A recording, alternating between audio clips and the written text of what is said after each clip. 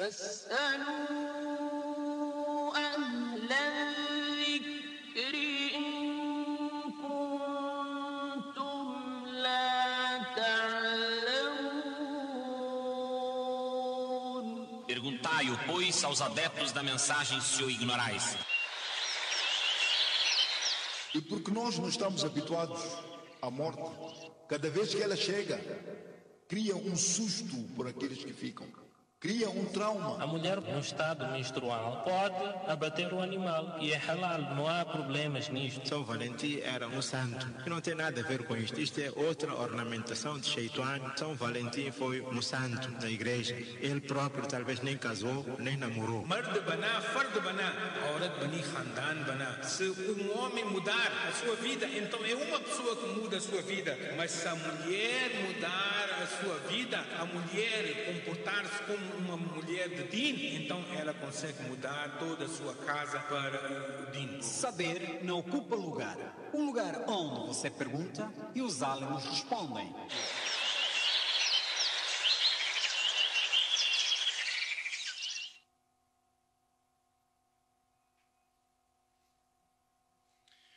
Estimados ouvintes, Assalamu alaikum wa rahmatullahi wa barakatuh. Sejam bem-vindos a mais uma edição do programa O Saber Não Ocupa Lugar.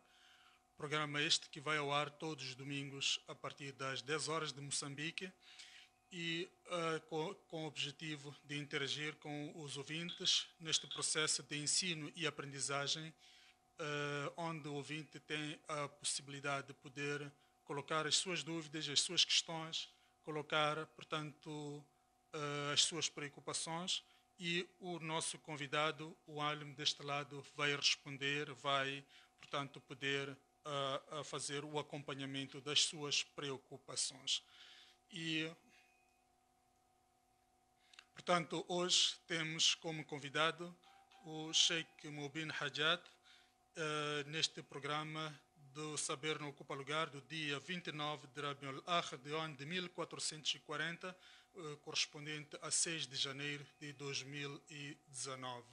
E o nosso orador hoje, o nosso convidado, melhor dizendo, o Sheikh Mubin Hajat, irá, como habitualmente neste programa, fazer uma nota introdutória para, em seguida, os ouvintes poderem interagir diretamente com ele. E a nota introdutória de hoje do Sheikh Mubin Hajat tem, portanto, como tema contas e cartões bancários, o seu conceito, tipo e regras. Portanto, repito, o seu tema será contas e cartões bancários, o seu conceito, tipos e regras, portanto, de utilização destas contas e destes cartões bancários.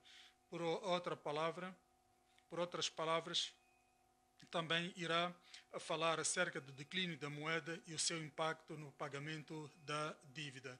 E isto, estamos a falar, portanto, das transações financeiras eletrónicas e não só no aspecto de contas bancárias e também dos outros tipos de transações à luz do Islã. E o ouvinte vai poder participar logo. Nós iremos aqui deixar, depois da sua intervenção, iremos deixar aqui as nossas plataformas de contacto pelas quais os ouvintes podem participar deste programa, deixando as suas questões, as suas dúvidas, e ele irá responder. Também dizer que este programa pode ser acompanhado em direto na plataforma Facebook, na página Naim Ghulam Babalush. Naim, com 2 S, Naim Ghulam Babalush, poderá acompanhar este programa nesta plataforma e também interagir conosco através desta plataforma. E abrindo um parênteses, dizendo que hoje, durante esses dias, temos cá um convidado especial em Moçambique, o conceituado Sheikh Abdul Muhsin Al-Qasim, que está imam do Masjid Al-Nabawi, em Medina, que está de visita a Moçambique, e hoje ele terá um encontro com todos os interessados, toda a gente está convidada a participar deste encontro com o Sheikh Abdul Muhsin Al-Qasim e, portanto, no salão da comunidade maometana, no salão da comunidade maometana. De início estava marcado para as 10 horas, ficou por causa da sobrecarga da agenda do Sheikh, então ficou remarcado para as 11 horas, isto é, 11 horas de Moçambique. Para quem tiver disponibilidade, poderá se dirigir às 11 horas na comunidade momentana e participar deste grande encontro com o Sheikh Abdul Muhsin Al-Qasim, imam do Masjid Nabawi de Medina. E deste lado também, o ouvinte vai poder participar e deixar as suas questões e as suas dúvidas. E para já, vamos iniciar nosso programa com o Sheikh Mubin Hajjat, onde irá abordar estes temas relacionados com as transações financeiras contemporâneas. Para já, vamos ficar com o Sheikh. Sheikh, assalamu alaikum wa rahmatullahi wa barakatuh, e seja bem-vindo a esta rádio que já também esteve cá várias vezes. Wa alaikum assalam wa rahmatullahi wa barakatuh. Bismillahir Rahmanir Rahim. Alhamdulillahi Rabbil Alamin. والصلاة والسلام على أشرف الأنبياء والمرسلين نبينا محمد عليه أفضل الصلاة وأزكى التسليم. أما بعد, caros irmãos e estimadas irmãs, mais uma oportunidade que Allah subhanahu wa ta'ala concedeu a cada um de nós para aprender algo relacionado com o seu din, relacionado com a sua religião. É sabido por todos nós que a Shari'atul Islamia, essa legislação que Allah subhanahu para o seu profeta Muhammad alayhi salatu wassalam, é uma legislação distinta e privilegiada por Allah subhanahu wa ta'ala. Isso porque é justa e abrangente, abrange todas as facetas das nossas vidas. O Nabi sallallahu alaihi wasallam nada deixou sem que tivesse ensinado e deixado algum ensinamento relacionado com o mesmo. Até na casa de banho, o Nabi sallallahu alaihi wasallam ensinou-nos a purificar-se e a usar da melhor forma possível. E Allah subhanahu wa ta'ala concedeu a cada pessoa o seu direito. O pai tem o seu direito, a mãe tem o seu direito, os filhos têm os seus direitos. Tudo Allah subhanahu wa ta'ala deixou e esclareceu para nós o seu direito. O mesmo sucede com as transações financeiras. Allah subhanahu wa ta'ala deixou resumidamente alguns princípios no Coran e o Nabi sallallahu alaihi wasallam deixou detalhadamente vários ditos relacionados com as transações financeiras. Portanto, ainda que nós hoje tenhamos transações contemporâneas que não existiram no tempo de Nabi sallallahu alaihi wasallam, mas sempre existe uma forma de nós extrairmos a sua regra a partir do Coran e do Sunnah de Nabi sallallahu alaihi wasallam. Resumindo, tudo que Allah subhanahu wa ta'ala proibiu é porque é prejudicial. E existem dois ayats, dois versículos do Coran que sustentam todas as transações proibidas por Allah subhanahu wa ta'ala. O primeiro versículo é onde Allah subhanahu wa ta'ala diz: Ya ayyuhalladhina amanu, ó crentes, la ta'kulu amwalakum bainakum bil batil illa an takuna tijara. Ó crentes, não consumeis reciprocamente os vossos bens, as vossas riquezas, sem justas causas.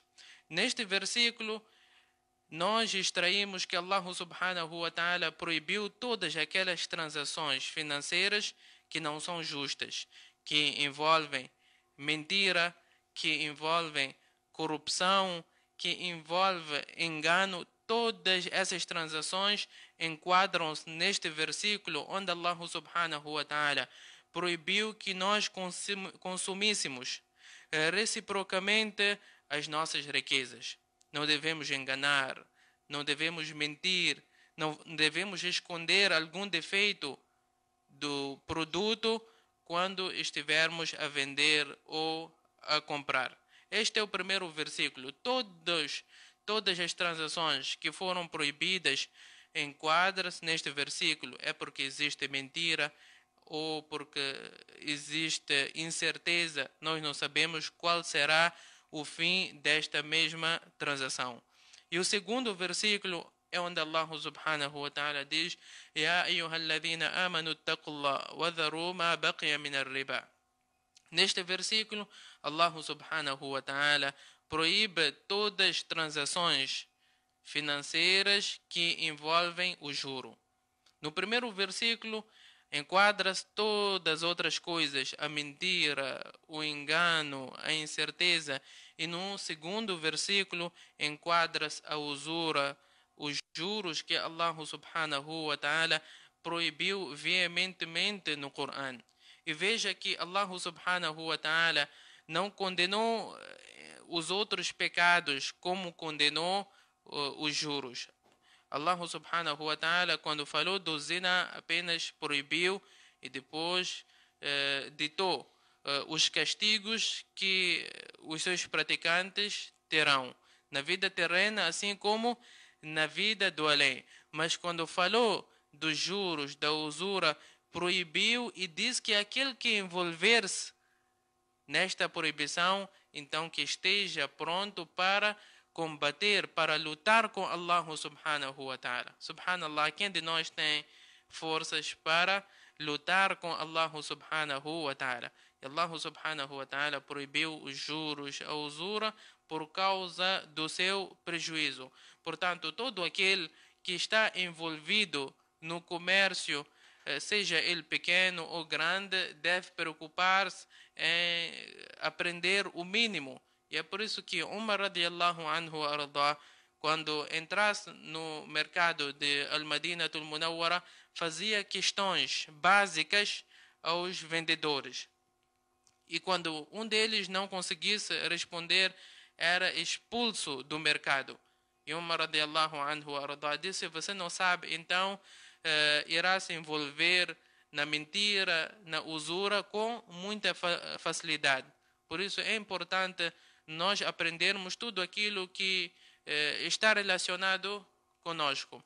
E hoje eu escolhi esses dois temas por causa do seu envolvimento, e quase todos nós estamos envolvidos nas contas bancárias, nos cartões bancários. Quase todos nós hoje temos contas no banco, temos cartões do banco. Aliás, hoje em dia, poucos de nós andam com o dinheiro físico. Todos nós andam com cartão do banco e quando usa, apenas põe o seu código e acaba saindo a percentagem da sua conta. Portanto, é importante nós procurarmos saber qual é a regra do Sharia, porque Allah subhanahu wa ta'ala disse no Corão: Ya ayyuhalladhina amanu dukhulu fi silmi kafa. O crente entram no din de Allah subhanahu wa ta'ala, sejam submissos completamente no din de Allah subhanahu wa ta'ala, em todas as vertentes. Não vale nós observarmos 5 orações ou 5 salá, mas não queremos saber das regras comerciais ou transações financeiras. Isso não vale, porque estaríamos a ir contra os ensinamentos de Allah e o seu Rasul alayhi salatu wassalam. Devemos submeter-se totalmente e aprender tudo aquilo que nos diz respeito. E sem dúvida que essas contas, esses cartões nos dizem respeito, porque é o nosso dia a dia. Todos nós temos as nossas contas bancárias, todos os dias nós passamos os nossos cartões bancários, seja na ATM, nos POS, é a nossa rotina diária. Portanto, para iniciar, digo que as contas bancárias dividem-se em 3 partes. Dividem-se em 3 partes. Isso falo na maioria dos bancos. Pode haver alguma exceção que alguns apenas têm uma única e vão fazendo as suas divisões por dentro.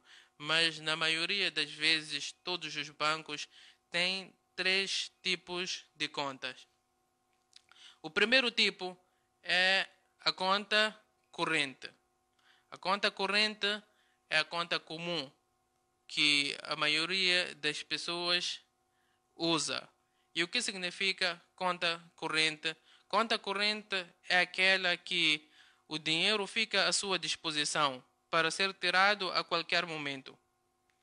Você deposita o dinheiro ou faz transferência para esta mesma conta e tens acesso a este mesmo valor a qualquer momento. A qualquer altura, tu podes levantar este mesmo dinheiro. Está à sua disposição. Essa conta não gera rendimentos para o depositante. É o seu dinheiro que você guardou no banco. Se depositou 100 mil meticais, poderá levantar 100 mil meticais. E no Shariatul Islamia, este nosso depósito é classificado como um empréstimo que nós estamos a fazer ao banco. É verdade que muitos podem achar que não é algo que eu estou a guardar, não é um empréstimo ao banco. Mas quando nós vamos para as regras do Sharia, vimos que não é apenas algo guardado, é um empréstimo realmente, porque se fosse algo guardado, imagina se o banco for à falência. O banco, se for à falência, tem como obrigação de repor esses valores. Mas se fosse apenas algo guardado, seria um amana. O banco não teria que repor esses mesmos valores. Mas quando tratas de empréstimo, ainda que o banco falha, tem a obrigação de repor esses mesmos valores. E é por isso que diz que este é um empréstimo que nós estamos a fazer ao banco, mas ao mesmo tempo nós queremos com isso guardar o nosso valor. E muitos de nós podem achar que o banco apenas guarda este dinheiro. Não, o banco também beneficia-se. O banco é uma instituição como qualquer outra instituição. Todas as transações, tudo que o banco faz é com a intenção de lucrar. As pessoas não estão lá para fazer caridade ou apenas para beneficiar as pessoas sem ter nada em conta. Não, tudo o que eles fazem é em troca de algo. O mesmo sucede quando nós depositamos este valor. Eles levam, é verdade que muitas pessoas depositam, portanto, eles já têm uma estimativa, uma parte guardam para atender os pedidos dos depositantes, que é colocando na ATM para o levantamento do dinheiro, mas a outra parte é investido. O banco usa este mesmo dinheiro para investir em várias coisas. E é por isso que os nossos sábios dizem que trata-se de uma necessidade de nós depositarmos o nosso dinheiro nessas contas ou nesses bancos tradicionais, como disse, são esses bancos que estão envolvidos em juros. Por quê? Porque de uma certa forma este dinheiro é usado para investimentos que vão contra os princípios de Allah e o seu Rasul alayhi salatu wassalam. Mas porque trata-se de uma necessidade extrema. Imagina se fosse proibido, cada um de nós teria que guardar o dinheiro na sua própria casa. E todos nós conhecem a nossa situação de roubos, ladrões. Ainda que tenhamos nós um cofre grande na nossa casa, sempre existem pessoas capacitadas para arrombar. Imagina que até os bancos são assaltados. Com total segurança, imagina nós em nossas casas com apenas um cofre. Portanto, trata-se de uma necessidade e é por isso que é permitido abrir uma conta bancária, uma conta corrente. E hoje também tornou-se necessidade, o cartão de banco tornou-se uma necessidade, porque é impossível nós levarmos juntos tanto dinheiro físico conosco. Portanto, o banco, estes cartões vieram facilitar. A pessoa apenas carrega uma coisa pequena, um papel, um cartão, e raspa e sai a quantia que ele deseja pagar ou levantar. Portanto, é um empréstimo que cada um de nós está a fazer para esta mesma instituição. A pessoa deposita 100 mil e levanta 100 mil, não é descontado e nem é acrescentado nada na sua conta. E nesta conta corrente, a pessoa pode, ou é dado nele um cartão, aquele cartão que é conhecido como cartão de débito, e cheques, se for a solicitar. Cartão de débito, o que significa mesmo? Débito é dívida, quer dizer, o empréstimo que tu estás a fazer ao banco. Este é o primeiro tipo de conta bancária, a conta corrente. É a mais comum que muitos de nós usa quando abre uma conta. E geralmente é apenas necessário 1.000 meticais, 1.500, 2.000, pequenos valores para abrir esta mesma conta. O segundo tipo é a conta poupança. A conta poupança é um tipo de conta bancária destinada à poupança. Tu vais ao banco, isso também existem critérios diferentes.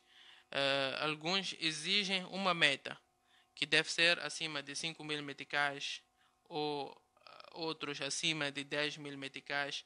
Depende dos bancos.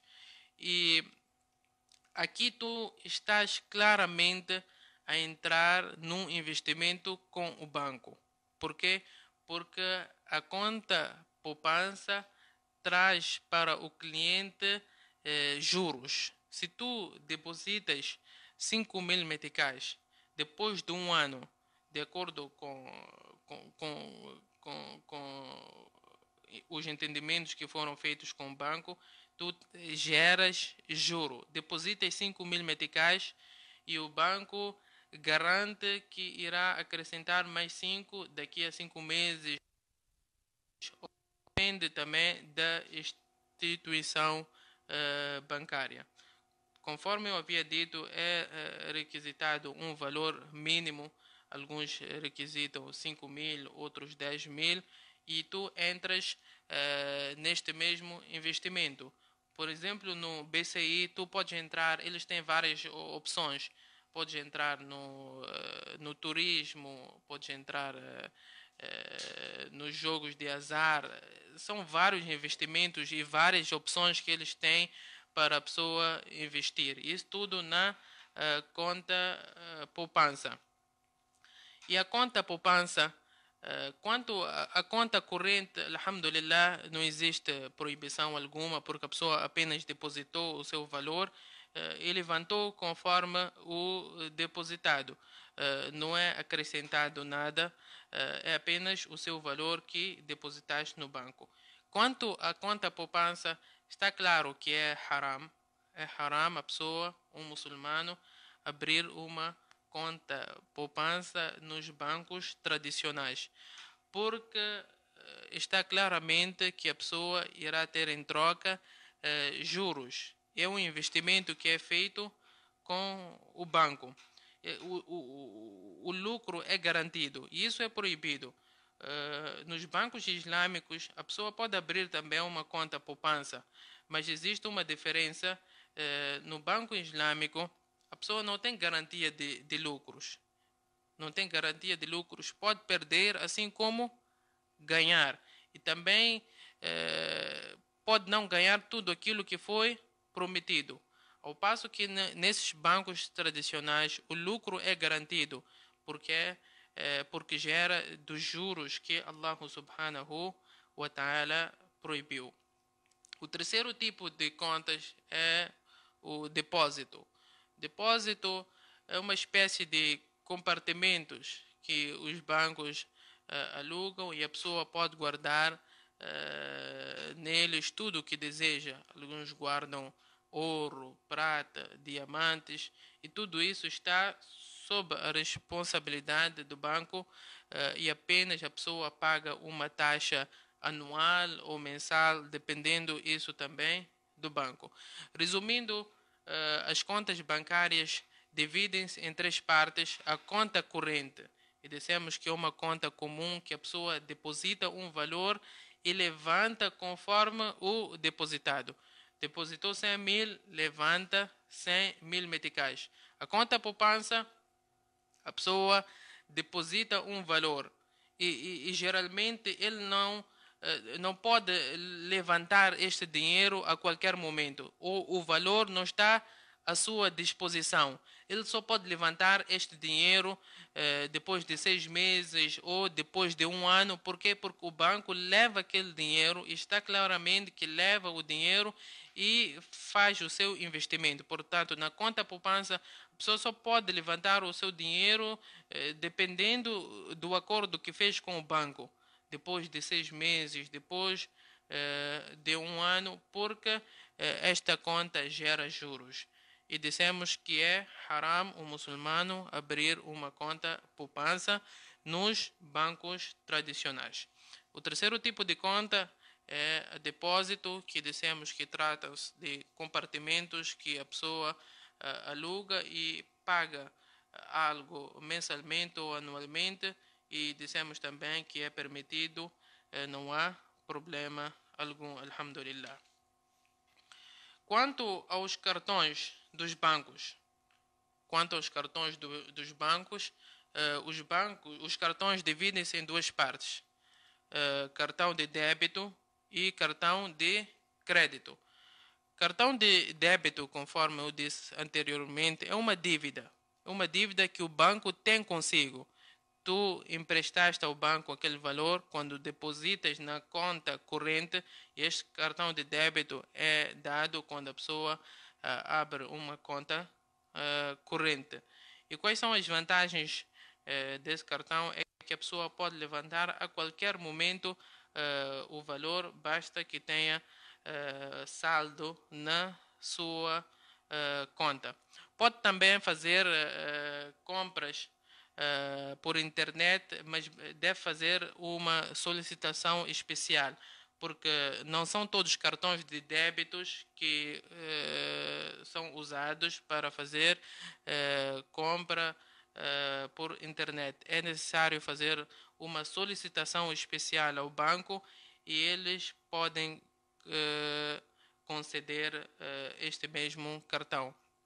E também está claro que a pessoa pode fazer compras, comprar ouro ou prata com o cartão de débito, porque a partir do momento que a pessoa raspa, o dinheiro sai da sua conta e passa para a conta do vendedor. Automaticamente e de imediato o valor sai. Portanto, é permitido através do cartão de débito fazer essas compras. Como é do nosso conhecimento, o Nabi sallallahu alaihi wasallam diz que quando nós compramos o ouro ou a prata, deve ser de mão em mão, o pagamento deve ser feito de imediato. Portanto, poderia-se levantar esta dúvida: será que podemos comprar ouro ou prata com o cartão de débito? A resposta é sim, porque de imediato essa transferência é feita para a conta do vendedor. Quanto ao cartão de crédito, que é o segundo tipo, divide-se também em duas partes. É o cartão de crédito coberto. O que significa cartão de crédito coberto? É que o banco concede-te esse cartão, mas só podes utilizar aquilo que tu depositas. Tem uma certa semelhança com o cartão de débito, mas tem muitos mais privilégios comparativamente com o cartão de débito. Esse cartão de crédito coberto, apenas a pessoa usa aquilo que está na sua conta. E quando não tem nada, também não é possível usar ou fazer pagamentos. Quanto a este cartão de crédito coberto, é permitido também porque a pessoa está a usar do seu dinheiro. Apenas paga aquilo que tiver na sua conta bancária. E o segundo tipo do cartão de crédito é o cartão não coberto. Cartão não coberto, o que significa? O banco concede um empréstimo ao cliente. O banco concede ao cliente um empréstimo. E isso depende do salário que o cliente tem ou das propriedades que o cliente tem. Dependendo disso, o banco dá-lhe um empréstimo. Alguns podem ter de 10 mil meticais, outros podem ter de 1 milhão de meticais, outros de 100 mil meticais. Tudo isso depende do salário que a pessoa recebe e das propriedades que estão em seu nome. E esses cartões muitas das vezes são Mastercard e American Express, depois temos Visa também, todos esses são cartões de crédito. Esses cartões de crédito não coberto é proibido no Shariatul Islamia. Por quê? Porque envolve juros. A pessoa faz um contrato com o banco, ou o banco diz que, olha, nós vamos te dar todos os meses 20 mil meticais, por exemplo, e tu tens que pagar no dia 5 do próximo mês. Tu tens que pagar este valor até dia 5 do próximo mês. Se tu fores pagar, então não tens que pagar nada em acréscimo. Quer dizer, se conseguir pagar esta dívida dentro do tempo estipulado, então apenas repuseste o valor. Mas a partir do momento que excedes o tempo estipulado, então já começas a pagar juros por cada dia. E alguns bancos chegam a cobrar aproximadamente a 34% de juros do valor que foi emprestado. E sem dúvida que é muito dinheiro. E conforme eu havia dito, é haram.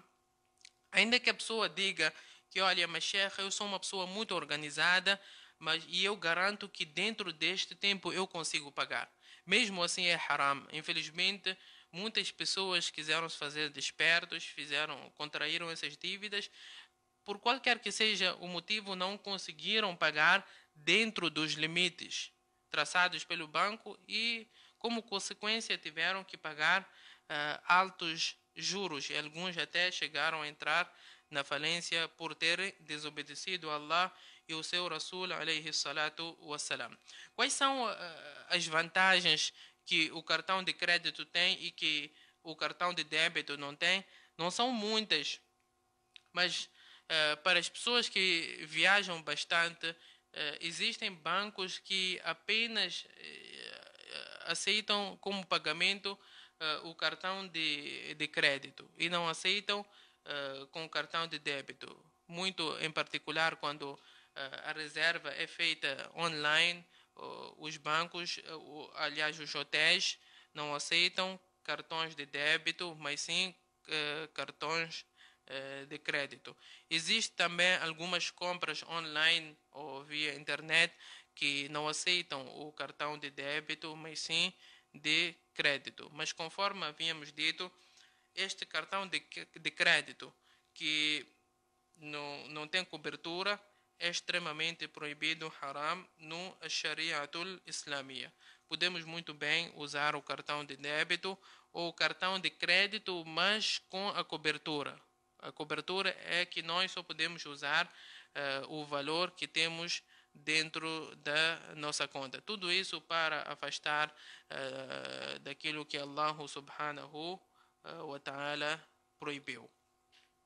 Terminamos, alhamdulillah, com o primeiro assunto. Falamos das contas bancárias, os seus tipos e cartões. Dissemos que as contas bancárias dividem-se em três partes: a conta corrente, a conta poupança e depósito. E dissemos que não há proibição alguma em abrirmos uma conta corrente porque trata-se de uma extrema necessidade. E dissemos também que a conta poupança é extremamente proibida nos bancos tradicionais, esses que estão envolvidos em juros, porque a pessoa vai fazendo investimentos em coisas proibidas e o lucro é garantido, porque trata-se de juros e usura que Allah subhanahu wa ta'ala proibiu. Depois falamos de conta depósito, que tratam-se de compartimentos que o banco aluga e a pessoa pode guardar os seus bens nesses mesmos compartimentos, pagando um valor anualmente ou mensalmente. E depois falamos dos tipos de cartões bancários. Dissemos que dividem-se em duas partes de uma forma geral: o cartão de débito, que também não há problema em se fazer o seu uso, e cartão de crédito, que dissemos que divide-se em duas partes, que o primeiro que está coberto. O que significa que está coberto? Apenas a pessoa usa o valor que tem na sua conta, e dissemos que também é permitido. E o segundo tipo é o cartão de crédito, que não tem cobertura, ou por outras palavras, o banco é que concede um empréstimo, e caso o pagamento não seja feito nos dias traçados, a pessoa terá que pagar juros por cada dia de atraso. Portanto, como consequência, estará envolvido em coisas que Allah subhanahu wa ta'ala proibiu, e é por isso que dissemos que o cartão de crédito sem cobertura é extremamente haram e proibido no Shariatul Islamia. Quanto ao segundo tema, o declínio da moeda e o seu impacto no pagamento da dívida. Primeiro, explicar o que significa isso. Pode-se dar o caso de nós pedirmos emprestado. Por exemplo, o Muhammad pede um empréstimo ao Zaid de 5.000 meticais e diz que, olha, eu vou lhe pagar estes 5.000 meticais daqui a um ano. Daqui a um ano. E durante este tempo houve inflação. Inflação, que significa o valor, o dinheiro deixou de ter valor. O dinheiro deixou de ter valor. Ou, por outras palavras, aqueles 5.000 meticais que ele levou, hoje apenas vale 500 meticais. Aquilo que ele podia comprar há um ano atrás com 5.000, hoje aquilo vale 500 meticais. Quer dizer, não tem valor e não tem poder de compra. Ainda que você tenha os 5.000 meticais, mas com aqueles 5.000 meticais, tu só podes comprar o que anteriormente podias comprar com 500 meticais. Sem dúvida que a pessoa que emprestou o dinheiro sai em prejuízo, porque ele te emprestou 5.000 meticais. Quando ele emprestou este valor com 5.000 meticais, hoje nós podemos fazer o rancho da nossa casa. Podemos fazer um mínimo rancho. Mas depois de um ano, estes 5.000 meticais já não tem valor algum e apenas vale 500 meticais. Com esses 500 meticais, tu não consegues sobreviver nem uma semana, para muitos de nós. Portanto, esta é a imagem que eu quero dizer quando digo o declínio da moeda e o seu impacto no pagamento da dívida. Ele levou 5.000 meticais de Zaid há um ano atrás, e na hora do pagamento, aquele 5.000 vale 500 meticais. Não tem valor algum. Como é que fica? Então, os sábios do Islã divergiram quanto a este assunto, porque é algo que não sucedeu no tempo de Nabi alayhi salatu wassalam. Naquele tempo apenas usavam o dinar, o dirham, e essas moedas não perdiam o valor. Ao passo que o papel moeda que nós usamos hoje, o dólar, o metical, sempre oscila, de vez em quando sobe e de outras baixa. Portanto, levantou-se esta questão: se o Muhammad pediu emprestado 5.000 meticais ao Zaid, 5.000 meticais. E na hora do pagamento, estes 5.000 meticais só vale 500 meticais. Quer dizer que o Zaid saiu a perder com este mesmo empréstimo. Será que o Muhammad tem como obrigação de pagar apenas os 5.000 meticais ou ele deve acrescentar um valor como compensação? Porque eu disse que esses 5.000 meticais apenas valem agora 500 meticais. Os sábios divergiram. Dizem que se a inflação já for prevista, o que significa isso? O Zaid, quando emprestou o dinheiro, os 5.000 meticais ao Muhammad, já previa que daqui a um ano este valor vai valer 500 meticais. Então, o Muhammad tem como obrigação apenas de repor os 5.000 meticais. Porque o Zaid, a pessoa que emprestou, já previa. E se ele aceitou, é porque aceitou também perder. Fez um empréstimo por Allah subhanahu wa ta'ala. Então, o Muhammad apenas repõe o valor que foi-lhe emprestado. Emprestou-lhe 5.000 meticais. E o Zaid já previa que, olha, daqui a um ano há de haver inflação e este valor não terá valor como tem hoje. Então, a pessoa apenas repõe o valor que foi-lhe emprestado, que são os 5.000 meticais. E a segunda situação, se a inflação for menor, quer dizer, os 5.000 meticais passaram a valer 4.500 meticais. Então, os sábios do Islã dizem que a pessoa também deve repor aquilo que foi emprestado e não deve acrescentar nada em troca. A maior divergência é que quando a inflação é grande, realmente os 5.000 meticais passaram a valer 500 meticais. E o Zaid, neste caso, a pessoa que emprestou, não previa esta inflação. Como é que fica a situação? Os sábios, rahimahumullah, divergiram em 4 partes. O primeiro grupo diz que, independentemente da troca, ou independentemente da perda ou da inflação que tenha existido, o Muhammad, a pessoa que foi emprestado, apenas deve repor o valor que ele levou.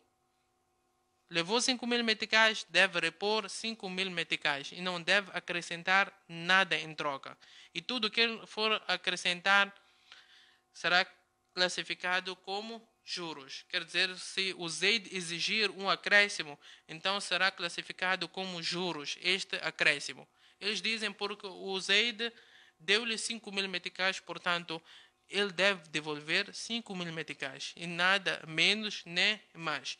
E esta é a opinião do Mufti Taqi al-Uthmani, hafidhahullah ta'ala, que é o Mufti de Paquistão, mashallah, que tem consciência de transações financeiras. Ele diz que o valor deve ser reposto por igual, não deve-se acrescentar nada e nem diminuir. Se levou 5.000 meticais, deve devolver também 5.000 meticais. Esta é a primeira opinião. A segunda opinião, que é do Sheikh Muhyiddin Quradaghi, também que é um grande sábio nesta área de transações financeiras. Ele diz que deve-se repor o valor e não o igual. O que significa isso? O Zaid emprestou-lhe 5.000 meticais há um ano atrás. E hoje, aqueles 5.000 meticais, por exemplo, o que tu compravas com 5.000 meticais, hoje compras com 20.000 meticais. Então, o Sheikh Muhyiddin Quradaghi diz que o Muhammad, a pessoa que foi emprestado o dinheiro, deve devolver o equivalente, neste caso 20.000 meticais. É verdade que ele levou 5.000 meticais, mas hoje em dia o valor dos 5.000 meticais encontra-se em 20.000 meticais. Ou dando outro exemplo, o que a pessoa comprava com 5.000 meticais quando foi emprestado, hoje compra-se com 20.000 meticais. Então o Sheikh é da opinião que, olha, é verdade que você levou 5.000 meticais, mas hoje o valor dos 5.000 meticais encontra-se nos 20.000 meticais. Então, o Muhammad, neste caso, a pessoa que foi emprestado o dinheiro, deve pagar 20.000 meticais, apesar de ter levado os 5.000 meticais. Esta é a segunda opinião. A terceira opinião, que é do Sheikh Abdullah Al-Muni' Hafidhahullah Ta'ala, diz que na maioria das situações a pessoa deve repor o igual. A pessoa deve repor o igual. Quer dizer, se levou 5.000 meticais, deve repor os 5.000 meticais, ainda que tenha havido inflação. Exceto em uma situação. Se chegou o tempo dele liquidar a dívida, e mesmo assim ele não liquidou, e a partir do momento surgiu uma inflação. Por exemplo, para deixar mais claro, o Zaid emprestou ao Muhammad 5.000 meticais e diz: olha, deve me pagar no fim de janeiro. Até o fim de janeiro, alhamdulillah, que a moeda, os 5.000 meticais, valiam os 5.000 meticais realmente. Mas quando entrou o 5 de fevereiro, a moeda perdeu o valor. Então, diz que deve repor também o equivalente. Por exemplo, os 5.000 meticais no 5 de fevereiro passou a valer 10.000 meticais. Ou só compras o que compravas com 5.000 meticais, com 10.000 meticais.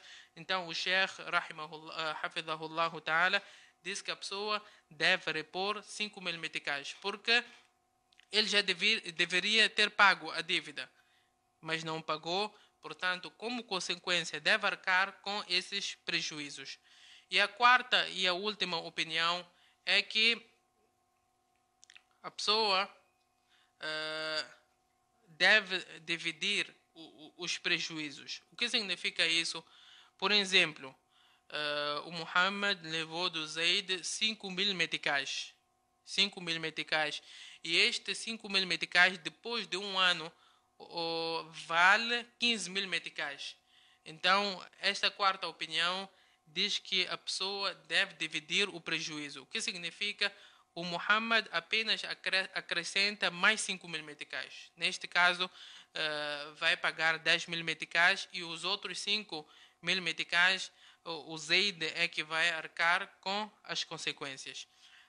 Resumindo, quando existe o declínio da moeda, os 5.000 meticais passaram a valer 500 meticais. Os sábios divergiram em 4 opiniões. A primeira opinião é que em todas as circunstâncias a pessoa deve apenas repor o igual. Levou 5.000 meticais, deve devolver 5.000 meticais, ainda que valha apenas 500 meticais. A segunda opinião é que deve repor o equivalente, o valor. O que significa isso?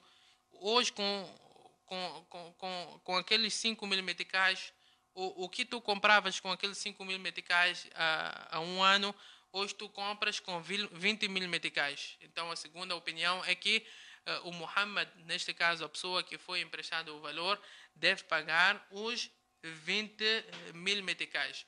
A terceira opinião é que em todas as circunstâncias deve repor o igual. Levou 5, devolve 5, excepto se a pessoa que foi emprestado, neste caso o Muhammad, não pague a dívida no seu tempo devido e depois disso surge a inflação. E nós dissemos como exemplo que estava previsto o pagamento para os fins de janeiro e ele não pagou e a inflação surgiu no dia 5 de fevereiro. Então, o Muhammad, neste caso, a pessoa que foi emprestado o dinheiro, deve arcar com as consequências e deve pagar o equivalente. E a quarta opinião é que os dois devem arcar com o prejuízo. Emprestou 5.000 meticais e hoje aquilo que nós comprávamos com 5.000 meticais só compramos com 15.000 meticais.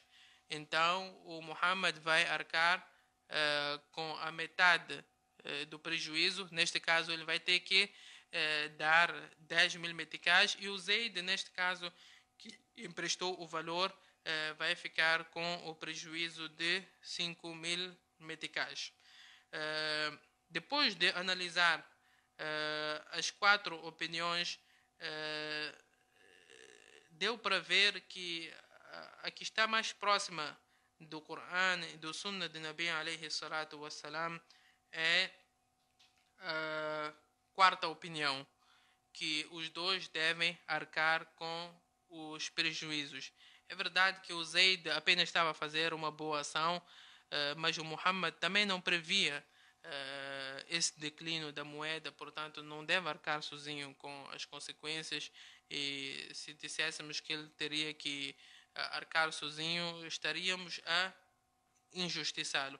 Excepto se a pessoa não liquidou a sua dívida e depois disso surgiu a inflação, neste caso ele terá que repor o equivalente à moeda que foi lhe emprestado. Mas deixando claramente que o Nabi sallallahu alaihi wasallam disse no hadith: "Khayrukum ahsanukum qada'an", "Khayrukum ahsanukum qada'an", que o melhor dentre vocês são aqueles que melhor pagam. Aqueles que melhor pagam. Quando você é emprestado algo, você sempre dá algo em troca. Não porque ele exigiu, mas por generosidade. A pessoa ofereceu-te 5.000 meticais. Você devolve os 5.000 meticais e ainda dá-lhe um chocolate, por exemplo. Mas a pessoa não deve exigir. Se a pessoa, neste caso o credor, exigir, então já torna-se juros. Mas se não exigir, não há problema algum em acrescentar. O mesmo sucede nessas situações de inflação, quando existe o declínio da moeda. A pessoa que foi emprestada sempre deve levar em conta que, olha, esta pessoa foi bondosa comigo, emprestou-me esses valores, apenas queria o agrado de Allah subhanahu wa ta'ala, portanto tenta de uma certa forma aproximar e nunca prejudicar-lhe, porque ele apenas quis fazer o bem e aproximar-se de Allah subhanahu wa ta'ala. Alhamdulillah, terminamos com os nossos 2 temas, que foi as contas bancárias e os cartões bancários, os seus tipos e as suas regras. Depois também falamos sobre o declínio da moeda e o seu impacto no pagamento, como é que deve ser feito, e dissemos também que divide-se em 4 partes. Inshallah, na próxima oportunidade vamos abordar assuntos de mais-valia e que estão relacionados com o nosso dia a dia. Wa sallallahu wa sallam wa baraka ala nabiyyina Muhammad wa ala alihi wa sahbihi ajma'in.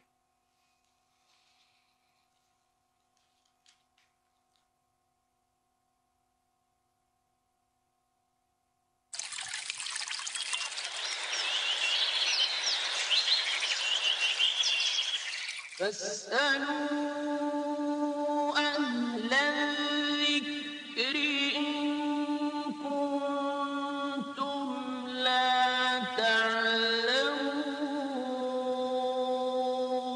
Perguntai-o, pois, aos adeptos da mensagem, se o ignorais.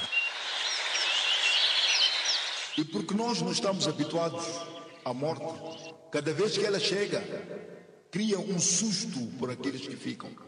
Cria um trauma. A mulher no estado menstrual pode abater o animal e é halal, não há problemas nisto. São Valentim era um santo, que não tem nada a ver com isto. Isto é outra ornamentação de Shaitan. São Valentim foi um santo da igreja. Ele próprio talvez nem casou, nem namorou. Mard bana, fard bana, aurat bani, khandan bana. Se homem mudar a sua vida, então é uma pessoa que muda a sua vida. Mas se a mulher mudar a sua vida, a mulher comportar-se como uma mulher de din, então ela consegue mudar toda a sua casa para o din. Saber não ocupa lugar. Um lugar onde você pergunta e os álimos respondem.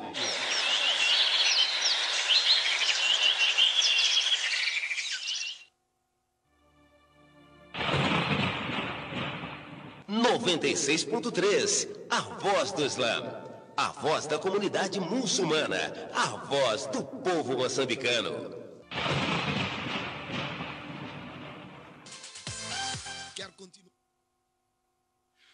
Estimados ouvintes, assalamu alaikum wa rahmatullahi wa barakatuh. Apenas para informar aos nossos ouvintes que está entre nós o imam do Masjid Nabawi, o Sheikh Abdul Muhsin Al-Qasim, de visita ao nosso país. E dentre vários programas que ele vem efetuando, consta que hoje é suposto ter um encontro com todos os muçulmanos daqui da cidade de Maputo pelas 11 horas na comunidade maometana. E infelizmente este programa já não vai acontecer à hora prevista, às 11 horas, e nem neste lugar, ficou transferido para a hora de Zuhr no Masjid Muhammad. Lembrar que este programa tinha sido previsto para realizar-se no salão da comunidade maometana às 11 horas, foi transferido para o Masjid Muhammad à hora do Zuhr.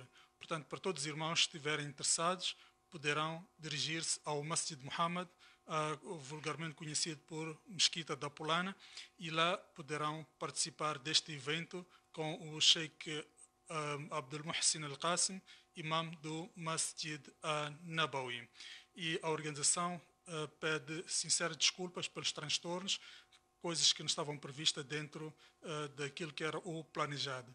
Mas poderão, portanto, se dirigir ao Masjid Muhammad para se beneficiar da presença deste imam do Masjid Nabawi.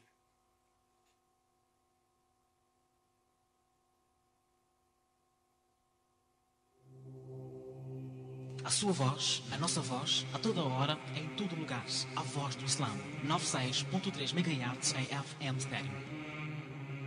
A sua voz, a nossa voz, a toda hora, em todo lugar. A voz do Islã. 96.3 MHz em FM estéreo.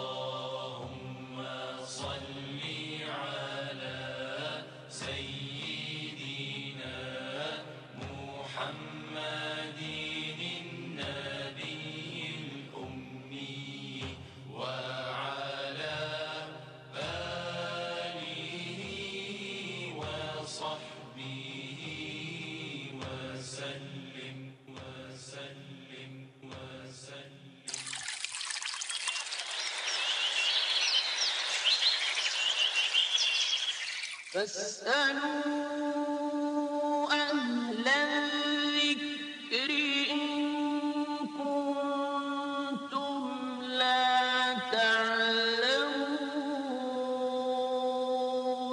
Perguntai-o, pois, aos adeptos da mensagem, se o ignorais. E porque nós não estamos habituados à morte, cada vez que ela chega, cria um susto por aqueles que ficam. cria um A trauma. mulher no estado menstrual pode abater o animal e é halal, não há problemas nisto. São Valentim era um santo. E não tem nada a ver com isto. Isto é outra ornamentação de Sheituan. São Valentim foi um santo da igreja. Ele próprio talvez nem casou, nem namorou. Mard bana, fard bana, aurat bani, khandan bana. Se homem mudar a sua vida, então é uma pessoa que muda a sua vida. Mas se a mulher mudar a sua vida, a mulher comportar-se como uma mulher de din, então ela consegue mudar toda a sua casa para o din. Saber não ocupa lugar. Um lugar onde você pergunta e os aliens respondem.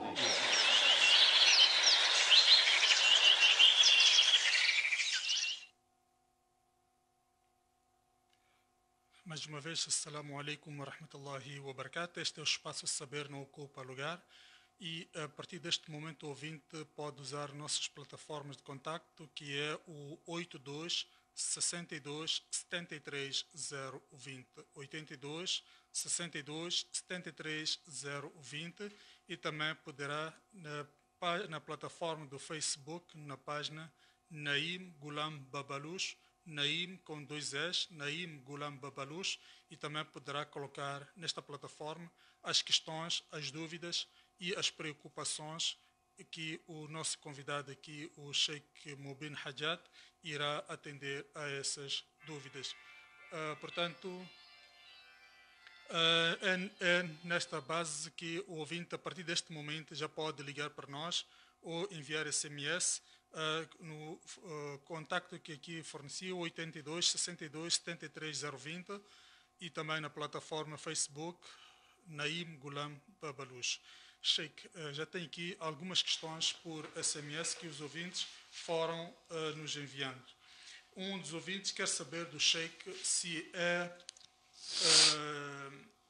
há algum problema em dizer boas entradas, ao ser dito boas entradas, responder a essa pessoa dizendo igualmente. Há algum pecado nisto? Quando alguém lhe diz boas entradas por ocasião do novo ano, e responder a ele dizendo igualmente, há algum pecado nisto? Alhamdulillah Rabbil Alamin, wa salatu wa salamu ala ashrafil anbiya wal mursalin, nabiyina Muhammadin alayhi afdalu salati wa azka taslim. Amma ba'd. Quando é dito boas entradas e a pessoa responde igualmente, não há problema algum, inshallah, porque é um doa que a pessoa está a fazer, dizendo que Allah subhanahu wa ta'ala conceda-te uma entrada próspera no novo ano 2019. Portanto, não há problema algum em dizer igualmente. Mas queria deixar bem claro que nós já entramos, alhamdulillah, entramos bem. Temos que preocupar-se agora com a saída. Entramos quando nascemos, alhamdulillah, nascemos bem, foi a primeira entrada. A maior preocupação agora deve ser a saída. Como é que vamos sair deste mundo? Esta que deve ser a nossa maior preocupação. Jazakumullah khair.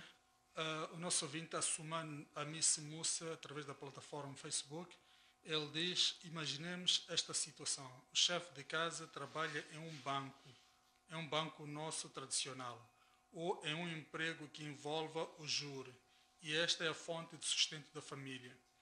Os que se beneficiam do dinheiro, nesse caso os filhos demais, tornam-se consumidores de juro e arcam com os pecados? Quem arca com os pecados é a pessoa que está a dar de comer a esses filhos e a essa esposa. E sem dúvida que a esposa deve sempre encorajar e incentivar, e ela desempenha um grande papel de incentivar o seu esposo a afastar-se de tudo aquilo que atrai a fúria de Allah subhanahu wa ta'ala, e procurar aquilo que atrai a satisfação de Allah subhanahu wa ta'ala. Mas caso ele não aceite, ele vai ter que arcar com as consequências. Os filhos não arcarão com as consequências. E essas consequências podem também advir desses mesmos filhos, porque você está a dar de comer coisas sujas aos seus filhos. E sem dúvida que isso tem um impacto na forma como esses irão lhe tratar posteriormente. Portanto, deve temer Allah subhanahu wa ta'ala e dar de comer apenas aquilo que é lícito. E é por isso que consta que as mulheres dos nossos antepassados, quando os seus esposos saíssem para o trabalho, diziam: Ittaqillaha fina, tenha medo de Allah no que diz respeito à nossa pessoa. Nós podemos suportar a pobreza, mas nunca poderemos suportar o fogo infernal. Jazakumullah khair. Um outro ouvinte diz que o seu nome é Nuh, diz que a sua esposa não é muçulmana, está com ela já há muito tempo e ela converteu-se, só que não quer fazer o nikah. O que é que deve fazer? Deve abandonar. Se não quer fazer nikah, quer cometer zina, adultério, desobedecer a Allah subhanahu wa ta'ala, então procure outra mulher que deseja legalizar-se, deseja procurar a satisfação de Allah subhanahu wa ta'ala. E outro ouvinte diz que quando tinha 14 anos cometeu pecados com os seus pais. Errou muito para com eles. Gostaria de saber a respeito disso. Portanto, é o nosso irmão Batista Juma. Deve pedir perdão a Allah subhanahu wa ta'ala, fazer dua para os seus pais e, se estiverem vivos, deve fazer muito bem para eles, sendo obediente, que Allah subhanahu wa ta'ala irá lhe perdoar. Peça perdão aos seus pais, peça perdão a Allah subhanahu wa ta'ala, faça dua para eles. Tudo isso, com a permissão de Allah subhanahu wa ta'ala, irá apagar tudo aquilo que fizeste no passado. Jazakumullah khair. E nosso ouvinte, a semana Miss Musa, coloca outra questão relacionada com o serviço que algumas telefonias móveis oferecem, como o Chuna Crédito. Queria saber se isto é haram ou não. Chuna Crédito, a pessoa pede a essa mesma rede 5.000 meticais e depois eles descontam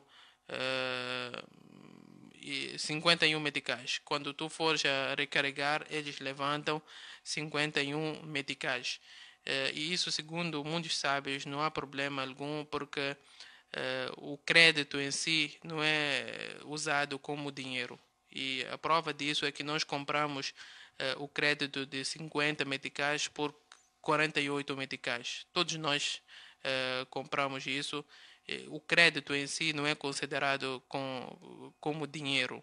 Portanto, não é necessário que seja igual por igual. O crédito é classificado como um produto, como qualquer outro produto. E é por isso que nós nunca ouvimos que alguém proibiu comprar crédito de 50 meticais por 48 meticais. Não há proibição alguma, porque são gêneros, são coisas diferentes e o crédito não é classificado como dinheiro. Portanto, se tu levas ou se tu pedes emprestado 50 meticais e eles descontam 51 meticais, não há problema algum, segundo muitos sábios, e é considerado isso como uma taxa de prestação de serviços. Jazakallah khair. O nosso ouvinte Ibrahim diz que ele quer casar com uma moça e essa moça é linda para os seus olhos, mas não faz o salá. E ele gosta muito dela. O que é que deve fazer? Até este momento, ela não é linda perante Allah subhanahu wa ta'ala. Portanto, incentiva-lhe a obedecer a Allah subhanahu wa ta'ala, a praticar com o salah, o segundo pilar do Islã. E o Nabi sallallahu alaihi wa sallam diz: Al-ahdu alladhi baynana wa baynahum as-salah, faman tarakaha faqad kafar.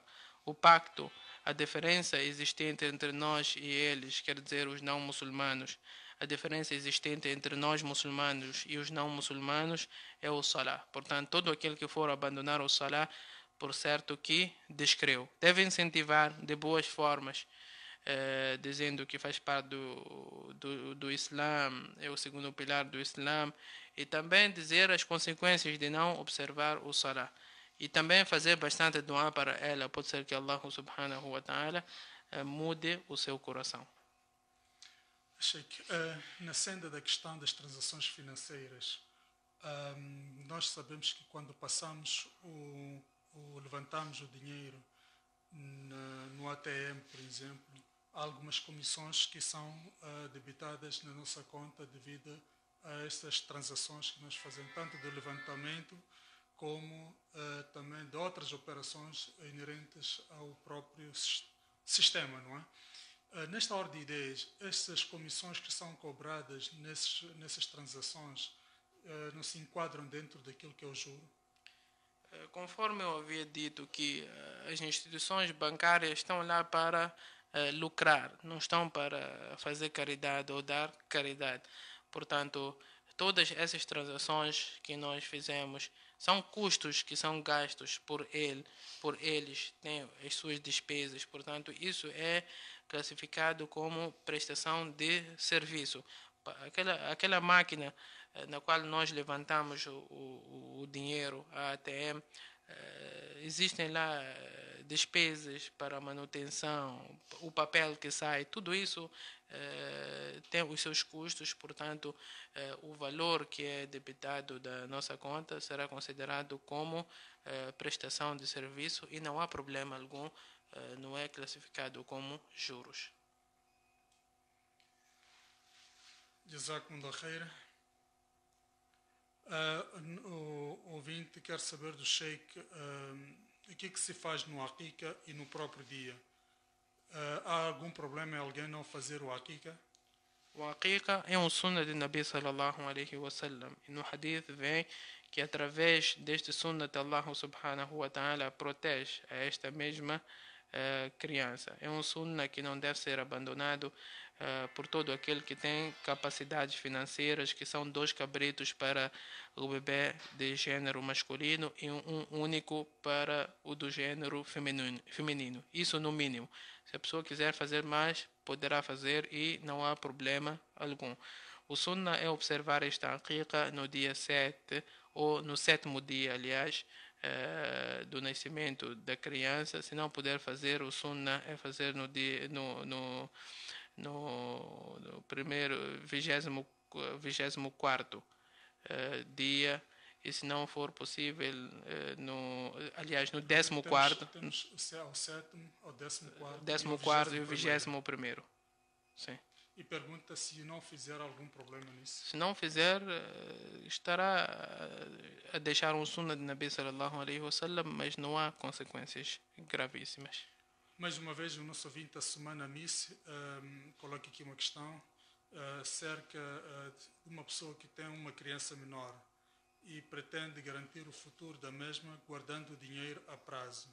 Como ele deve proceder nessas situações? Se não for possível guardar em sua casa, mas poderá abrir uma conta corrente a cheques. Pode não pedir cartão e apenas pede cheques. A pessoa geralmente, quando tem cheques, a possibilidade de usar é um pouco menor, porque terá que preencher, assinar, depois entregar ao banco para solicitar o despacho deste valor. Quer dizer, é um processo que até cria preguiça da pessoa gastar este mesmo dinheiro. Portanto, para atenuar, eu aconselho a pessoa a abrir uma conta corrente a cheques e não solicite o cartão, ou peça para não darem o cartão. E se não for possível e tratar-se de uma necessidade abrir a conta poupança, então ele terá que ter mais atenção e saber o valor que foi depositado, e sempre que vier o dinheiro de juros terá que entregar aquilo aos merecedores. Aquele dinheiro não será considerado como o dinheiro dele, mas sim é um dinheiro sujo e da usura, portanto deve desfazer-se do mesmo. Jazakumullah khair. O nosso ouvinte Yusuf do Trevo quer saber do Sheikh se a pessoa, ao fazer o salat em casa sozinho, é imperioso que se faça o azan. Não é imperioso que observe o adhan. O adhan é sunnah quando trata-se de uma congregação ou esteja no masjid para chamar as pessoas, mas se estiverem lá um pequeno grupo, mais de 3 pessoas, então o melhor é observar o adhan e o iqama. Jazakumullah khair. Sheikh, na senda também da questão relacionada com as transações financeiras, sabido que em cartões de crédito há opções de pagamento. A opção de pagamento a 100% na data prevista, há questão de pagamento a 10%, isso já envolve juros. E para quem quer fazer o pagamento a 100% na data prevista, há algum problema em ter este tipo de cartão de crédito?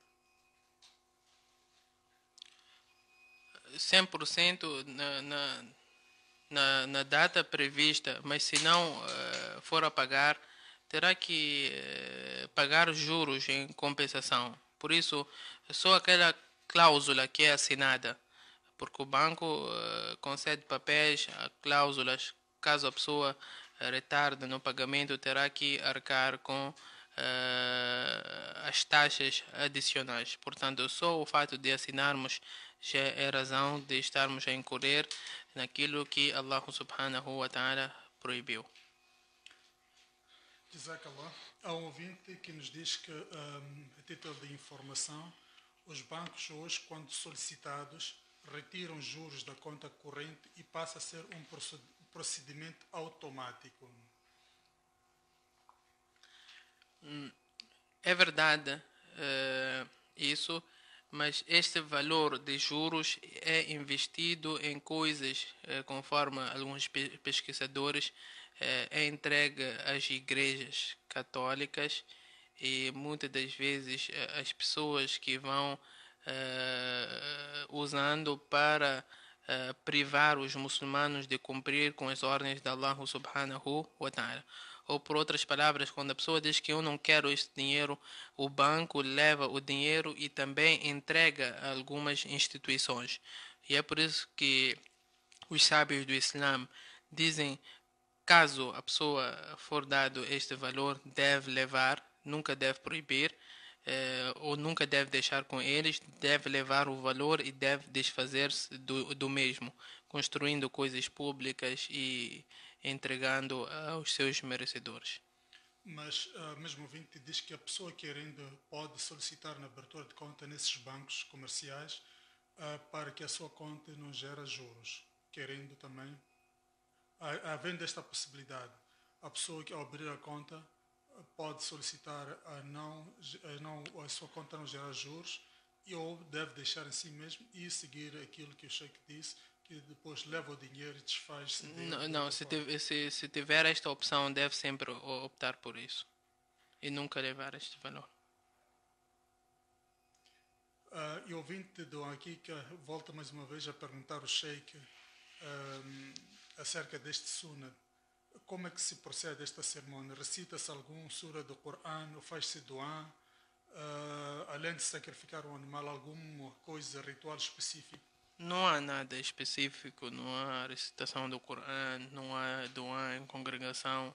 Tudo isso não consta do Nabi sallallahu alaihi wasallam, apenas sacrifica esses animais e poderá confessionar e convidar os seus amigos, familiares e próximos e qualquer outra pessoa que deseja convidar. Outra questão é acerca do muçulmano trabalhar num banco comercial. Trabalhar num banco comercial, nesses que nós conhecemos como tradicionais, que estão envolvidos na usura e juros, é extremamente proibido, haram, porque a pessoa de certa forma estará a contribuir para a expansão do mesmo.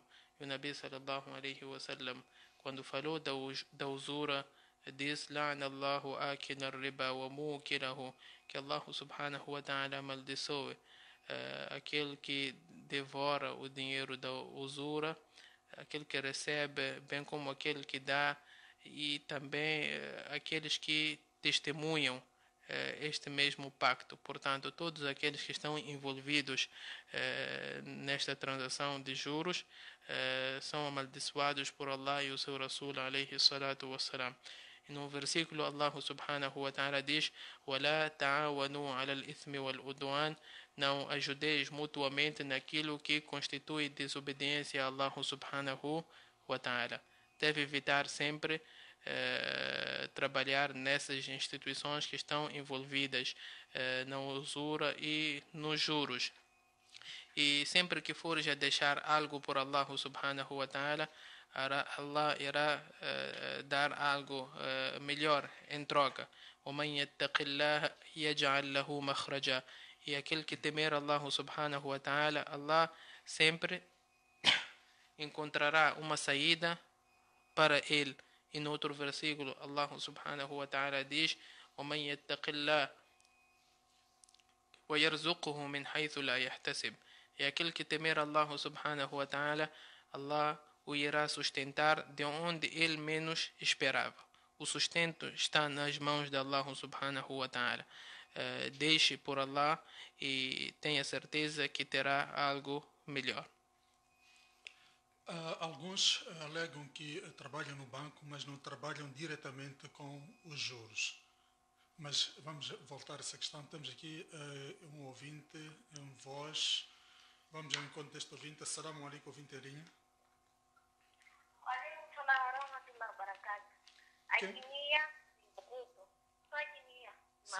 Sim, sim. Pode colocar essa questão. Eu gostaria de saber se quando duas pessoas se envolvem, não se casaram, e nenhum dos dois é casado, se envolvem e a mulher é engravida. Depois de descobrirem que a mulher está grávida, se casam. Gostaria de saber se o filho que nasce é um filho bastardo, mesmo depois dos pais casarem. E também gostaria de saber se, por falar da mulher, falar de uma, tem a mesma recompensa quando que nem o homem. Quando o homem se prepara para ir fazer em congregação na mesquita. E da mulher também tem a mesma validade, já que a mulher, falar que dele é mais válido em casa. É isso. Jazakallah pela sua participação. Sheikh, antes de responder esta questão, tínhamos ainda a questão dos que trabalham nos bancos. Dizem que nos bancos há departamentos, há negócios que não envolvem juros. Eles trabalham nesses departamentos onde que não se trabalha diretamente com os juros.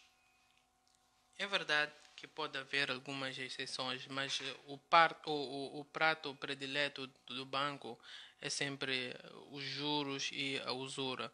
E a pessoa não pode duvidar que o dinheiro ou o salário que ele recebe, ainda que seja pouco ou muito, sempre existe lá dinheiro da usura, que alguém foi injustiçado para que você pudesse receber este mesmo valor.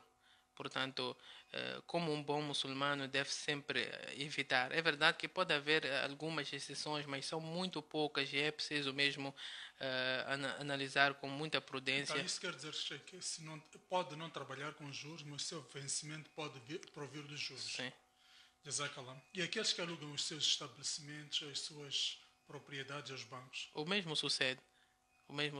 E todos esses que permitem devem temer Allah subhanahu wa ta'ala. Porque os mesmos, quando nós levantamos a questão, será que é permitido arrendar o seu estabelecimento para uma discoteca ou para uma outra igreja que não seja do Islã, os outros saltam. Não é permitido. Mas quando trata-se de banco, dizem que é permitido. Banco, usura, que Allah subhanahu wa ta'ala proibiu veementemente no Corão. Jazakumullah khair. E temos esta nossa irmã Kenia coloca duas questões. A primeira questão, de duas pessoas, homem e mulher, se envolvem e esta mulher engravida. E depois disso, eles se casam. Será que o filho, o resultado deste casamento, depois de ser concebido, considera-se esta criança uma criança, um filho bastardo? Sem dúvida que é um filho de zina, porque foi feito no zina. A pessoa, quando manteve as relações íntimas, quando a gota saiu de um homem e entrou na mulher, eles estavam ilegais. e cometeram o zina e adultério. E segundo a opinião mais correta, esta mulher só deve se casar após conceber esta mesma criança. E é extremamente proibido fazer um nikah enquanto ainda está grávida. Mas dizer que a criança não arca com alguma consequência, não tem pecado algum, afinal de contas não tem culpa alguma. Os dois envolvidos que devem implorar Allah subhanahu wa ta'ala por perdão porque envolveram-se em um pecado capital. E a mesma ouvinte pergunta acerca do Salat al-Jum'ah.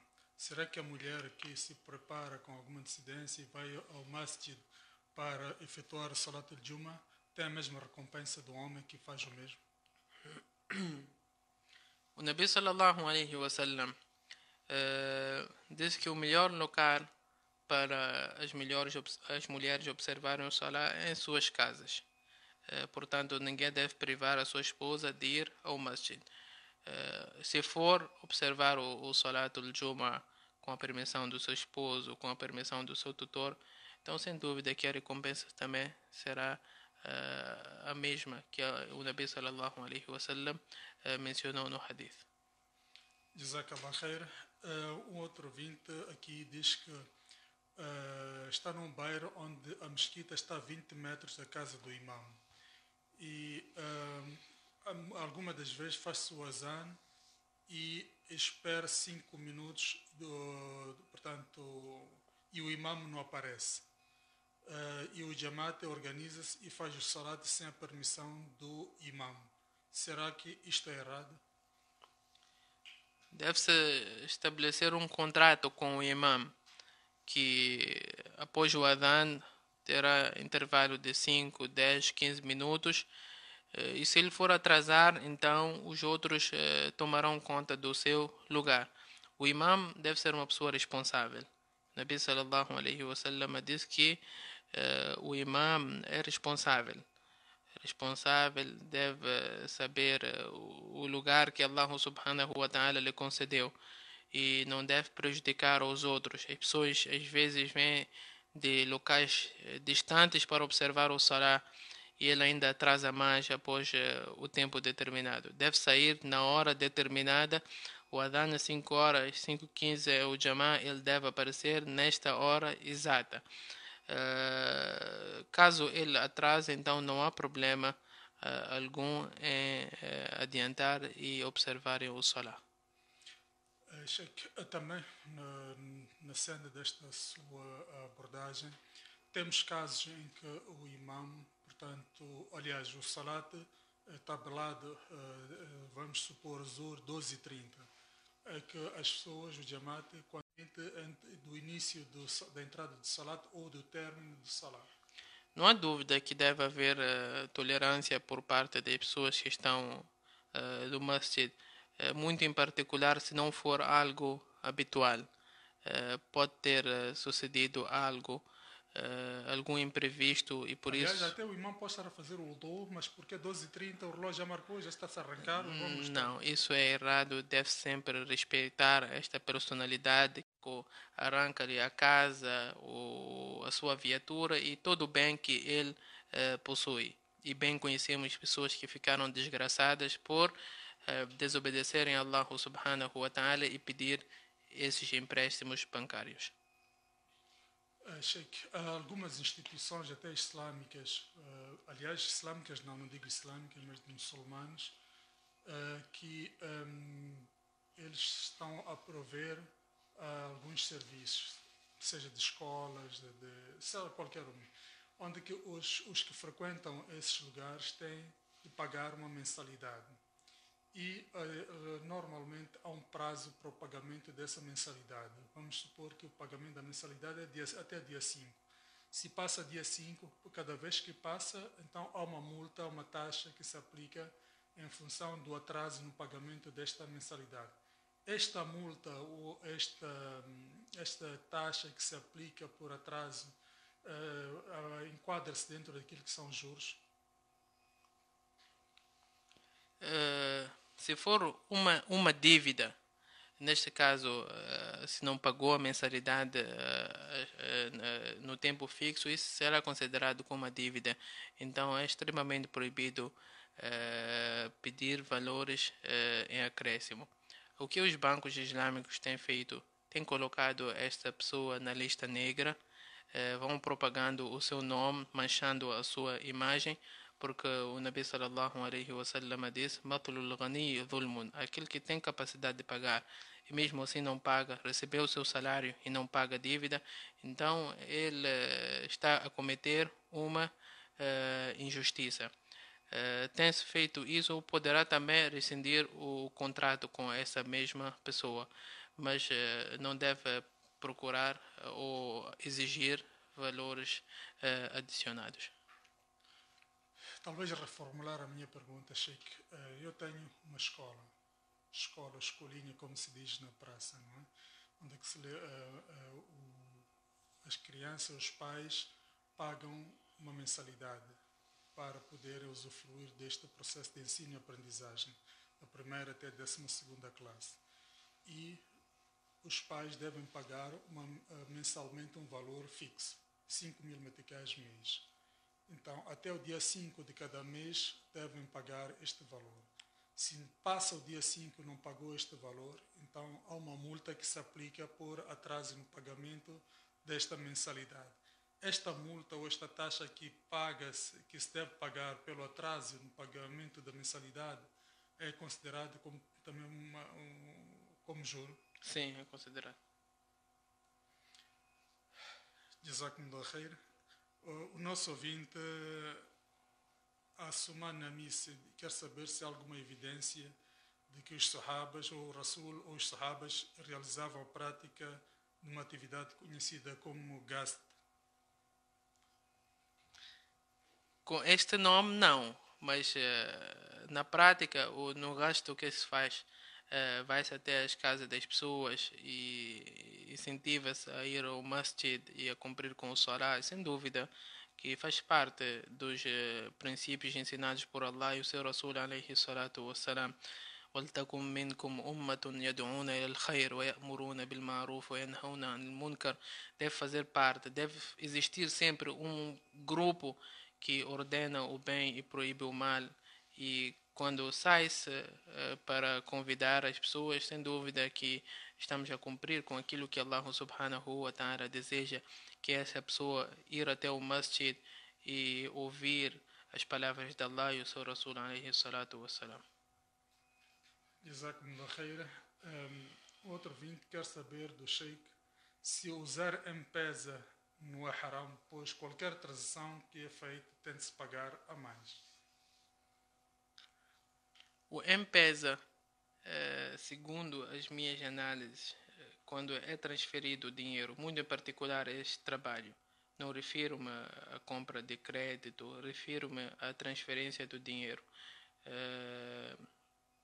também é proibido, porque o valor, a taxa é segundo o valor que é enviado ou depositado. E no Sharia é proibido oscilar as taxas. Quer dizer, se envia 10 meticais ou 20 meticais, a taxa deve ser a mesma, porque nenhum esforço adicional está a ser feito no sentido de depositar ou transferir este mesmo valor. Segundo os sábios do Islã, a taxa deve ser uma única para todos os valores. A partir do momento que há esta oscilação, então torna-se extremamente proibido usar esses serviços. Outro ouvinte quer saber se é permitido desejar Juma Mubarak.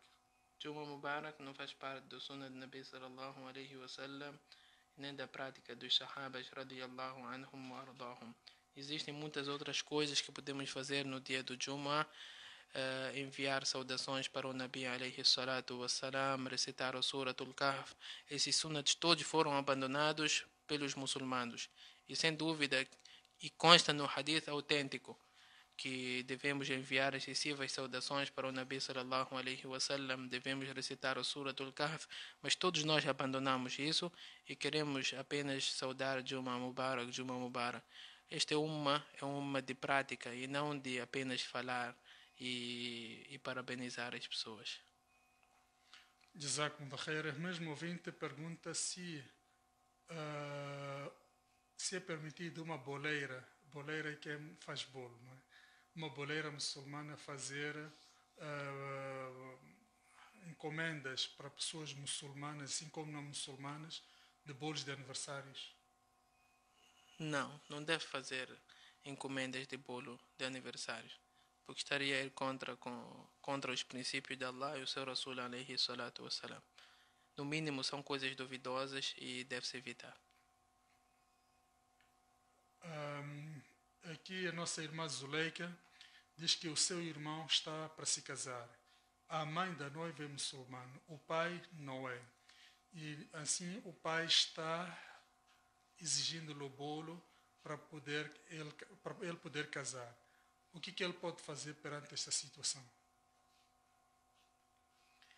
Se puder dar este bolo, basta que sejam coisas lícitas, então melhor será, porque ao fim e ao cabo, ainda que não seja muçulmano, mas continua sendo o pai da noiva. Portanto, se conseguir pagar ou dar este bolo, basta que não sejam coisas ilícitas, então melhor será. Jazakallah khair. Outro ouvinte diz assim: quero comprar um carro que custa X valor, pago metade desse X valor e outra metade peço ao banco em forma de leasing. É permitido?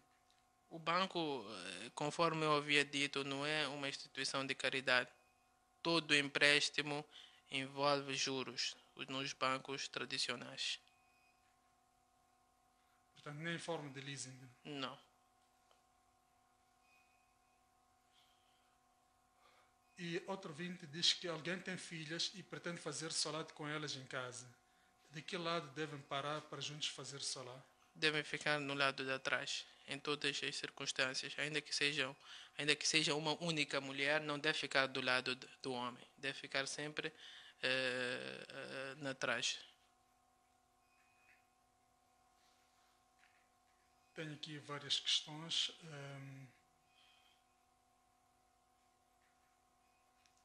Outras já foram aqui respondidas.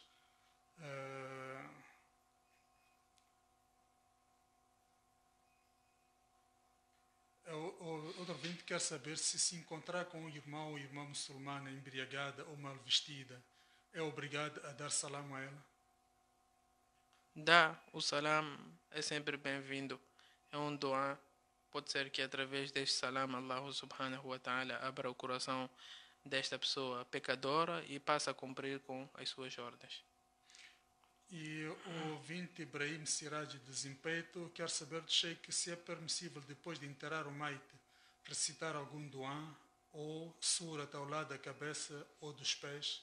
Faça doa individualmente, conforme o Nabi sallallahu alaihi wasallam ensinou. Quando enterrou um dos seus companheiros, então em seguida disse: peçam a Allah subhanahu wa ta'ala a firmeza para o vosso irmão, porque agora ele será questionado. Portanto, o sunnah é a pessoa fazer o dua individualmente, pedir a firmeza, não é necessário recitar o Coran, tudo isso faz parte da inovação. Jazakallah khair. Outro ouvinte pergunta ao Sheikh se é permitido o uso de produtos para encarcolar o cabelo. Basta que sejam produtos lícitos e se for para os homens não esteja a assemelhar-se às mulheres, e se for para as mulheres que não seja para sair fora sem o hijab. Basta que seja para o seu esposo ou para ficar em casa, então não há problema algum. Jazakallah khair. Outro ouvinte, portanto, coloca aqui uma questão. Pergunta se a pessoa que faz necessidades menores descontroladamente por motivos de saúde mesmo no salat, será que este salat é aceito? Descontroladamente, quer dizer, deixa a urina tocar no seu corpo. Silsilat al-bawl. Ok. Essa pessoa que padece desta doença deve sempre analisar a sua situação, porque existe um tempo que ele consegue ficar sem que saia alguma partícula do seu órgão genital. Por exemplo, ele sabe que a hora de Dhuhr entra 11h45 e termina às 14 horas. E ele bem sabe que das 13h25 até as 13h45, um exemplo, ele consegue ficar puro, totalmente puro. Então ele deve observar o salah dentro deste intervalo. Esta que é a regra. Mas se for uma coisa contínua e ele não consegue ficar puro em qualquer situação, então deve colocar um guardanapo ou qualquer papel higiênico no seu órgão genital e fazer o salah desta mesma forma. Outro ouvinte diz que pergunta se é permitido fumar cigarro depois de quebrar o jejum, isto no mês de Ramadã. Este é o ouvinte Abdurrahim da Macham. O cigarro, em todas as circunstâncias, é haram. No Ramadã, fora do Ramadã, se fez jejum ou não fez jejum, em todas as circunstâncias o cigarro é haram, extremamente proibido, algo prejudicial, e Allah subhanahu wa ta'ala sempre proibiu as coisas prejudiciais. Pondera que a bebida alcoólica, Allah subhanahu wa ta'ala diz que a bebida alcoólica tem benefícios. Diz no Coran: وَيَسْأَلُونَكَ عَنِ الْخَمْرِ وَالْمَيْسِرِ قُلْ فِيهِمَا إِثْمٌ كَبِيرٌ وَمَنَافِعُ لِلنَّاسِ. Diz que na bebida alcoólica existe bem algum. وَإِثْمُهُمَا أَكْبَرُ مِنْ نَفْعِهِمَا. São maiores que os seus benefícios, e é por isso que a bebida alcoólica foi classificada como haram. O que dizer do cigarro? Que eu nunca ouvi que existe um único benefício de cigarro. Apenas é prejudicial, portanto não há margem de dúvida que é extremamente haram. O Abdullah de Trevo quer saber acerca de um homem casado que morre e deixa herança. E não tem filhos com a sua esposa, mas também, além da sua esposa, deixa pais, irmãos, tios e primos. Quem tem direito de receber da herança? Essa situação de herança é um pouco difícil de responder pela rádio, mas dizendo que a esposa tem direito, os pais dele têm direito, os irmãos ficam privados a partir do momento que os pais estejam vivos. Mas para melhor resolução, peço ao irmão para aproximar-se de um sábio para resolver a questão da melhor forma possível. O nosso ouvinte Musa de Machaquén quer saber acerca do salat. Aquela pessoa que não consegue fazer os 5 salatos por dia, o que é que deve fazer? Deve fazer salat. O salat, caros irmãos e estimadas irmãs, é o segundo pilar do Islã. E Allah subhanahu wa ta'ala, em vários versículos do Coran, diz: "Wa aqimu salat wa atu zakah", observai o salat e pagai o zakah, em lugares incontáveis. O Coran todo está repleto de "wa aqimu salat, wa aqimu salat", observai o salat da forma como foi instituído por Allah subhanahu wa ta'ala.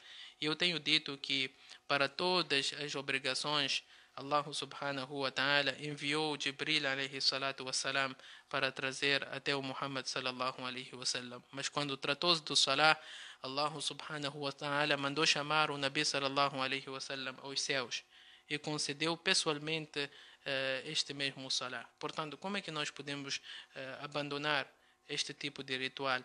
E no hadith, Nabi sallallahu alayhi wasallam diz: "Al-ahdu alladhi baynana wa baynahum as-salah". A diferença, o pacto que existe entre nós e eles, os não muçulmanos, é o salah. فَمَنْ تَرَكَهَا فَقَدْ كَفَرَ. Por certo, aquele que abandonar o salah incorreu é um ato de descrença. É um pilar do Islã, e Allah subhanahu wa ta'ala criou-nos para praticar com esses mesmos pilares. Se o seu serviço não te deixa observar o Salah, então saiba que é um serviço amaldiçoado. Se o seu televisor não te deixa observar o Salah, então saiba que é um televisor amaldiçoado. Tudo aquilo que te priva de observar o Salah é amaldiçoado. Jazakumullah khair. Outro ouvinte quer saber do Sheikh acerca de uma mulher divorciada em que o ex-marido não deixa ela observar o Eid. Será que esta mulher pode casar ou não, tendo em conta que ela nunca concebeu antes? Como não deixa observar o Eid? Aí está o ex-marido, no divórcio, o ex-marido, porque quero acreditar aqui nesta questão deste ouvinte, Juma, que o processo de ida, portanto, implica ela ter que ficar debaixo do mesmo teto ou sob a responsabilidade do marido, sim, até que complete este período de ida. Só que este marido não autoriza ela a ficar este período aqui. Então, de certeza, ele quer saber se o marido não permite ela estar até terminar este período de espera, deve ou não casar, sabendo que nunca não chegou a ter filho com ele. O divórcio, para estar completo, a pessoa ou a mulher deve terminar com seu 3 períodos menstruais. Ou por outras palavras, se ele deu um único divórcio, diz talaq, estás divorciada, e tu passou o primeiro período menstrual e ele não se manifestou, passou o segundo período menstrual e ele não se manifestou, e antes de terminar o terceiro período menstrual, ele manifestou-se e quis a você de volta. Então, tu deves voltar para a casa dele. Mas a partir do momento que tu terminas com o terceiro período menstrual, aí já estás divorciada, e se ele quiser casar-se consigo de volta, deve fazer um novo nikah, deve haver um novo dote, da mesma forma que fez o primeiro nikah. Tudo é a mesma coisa, deve fazer um novo nikah. Portanto, quando diz que não me deixa terminar um Eid, fica um pouco complicado a questão. Jazakallah khair. O nosso ouvinte Ali Hussein quer saber acerca do seu sobrinho que faleceu, mas que não era muçulmano. Quais são os direitos para ele, como tio, para esta criança, este sobrinho que faleceu, melhor dizendo?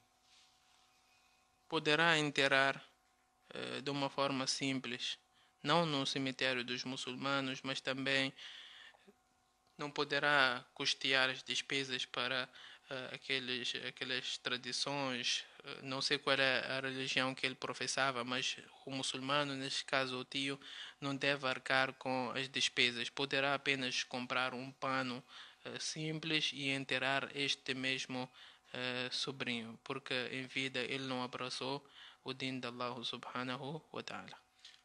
Jazakumullah khair. A Afu Ali quer saber do Sheikh se a mulher no estado menstrual pode fazer o duá ao tomar banho. Fazer duá ao tomar banho, e nós geralmente tomamos banho nas casas de banhos, e é um local não ideal para mencionar o nome de Allah subhanahu wa ta'ala. Refere-se aqui ao duá de tomar banho. Ela clarificou agora que refere-se ao duá de tomar banho. Qual é o duá? Não existe duá para tomar banho. Tem que recitar o duá ao entrar na casa de banho, e não existe duá específico ao tomar banho. Se estiver a tomar o banho de pureza, quer dizer, esteve no período menstrual, então deve apenas fazer a intenção que esse banho é de pureza, porque já terminei com o meu período menstrual, mas não existe um duá específico.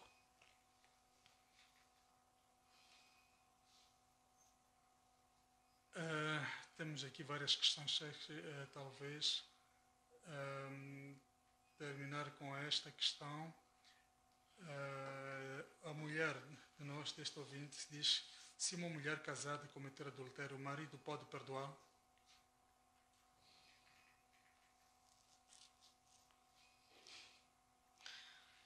Mas já que estamos mesmo em cima da hora, já não nos possibilita mais a responder, porque é uma questão complexa.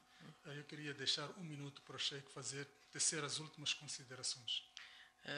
Em primeiro lugar, agradecer a Allah subhanahu wa ta'ala por esta oportunidade que nos concedeu mais uma vez de estarmos cá para falar um pouco acerca do Din de Allah subhanahu wa ta'ala, e peço a Allah subhanahu wa ta'ala também para recompensar a todos aqueles que estão envolvidos neste trabalho, a partir do Sheikh Yunus, o irmão Naim e todos aqueles que de uma forma estão envolvidos nesta rádio. Sem dúvida que é uma plataforma para a expansão do Din de Allah subhanahu wa ta'ala. Antigamente nós tínhamos a restrição de apenas falar para 1000 pessoas ou 500 pessoas no masjid, mas hoje, alhamdulillah, através da rádio, através desta plataforma Facebook, YouTube, são milhões de pessoas que têm acesso a essas mesmas aulas, a essas mesmas palestras que são feitas cá na rádio. E sem dúvida que é uma grande dádiva de Allah subhanahu wa ta'ala e uma grande sorte para esses que Allah subhanahu wa ta'ala também usou. Portanto, devem ser gratos a Allah subhanahu wa ta'ala. Quem dera que eu também fizesse parte deles, mas peço a Allah subhanahu wa ta'ala para os recompensar da melhor forma possível. وصلى الله وسلم وبارك على نبينا محمد وعلى آله وصحبه أجمعين. Jazakumullah khair. Eu queria também desta forma agradecer ao Sheikh Mubin Hajjat por ter aceito o nosso convite para estar aqui neste programa e interagir com os nossos ouvintes. E também agradecer ao nosso irmão Naim Babalush por estar a dar apoio a este programa de várias formas, e também agradecer a todos os ouvintes que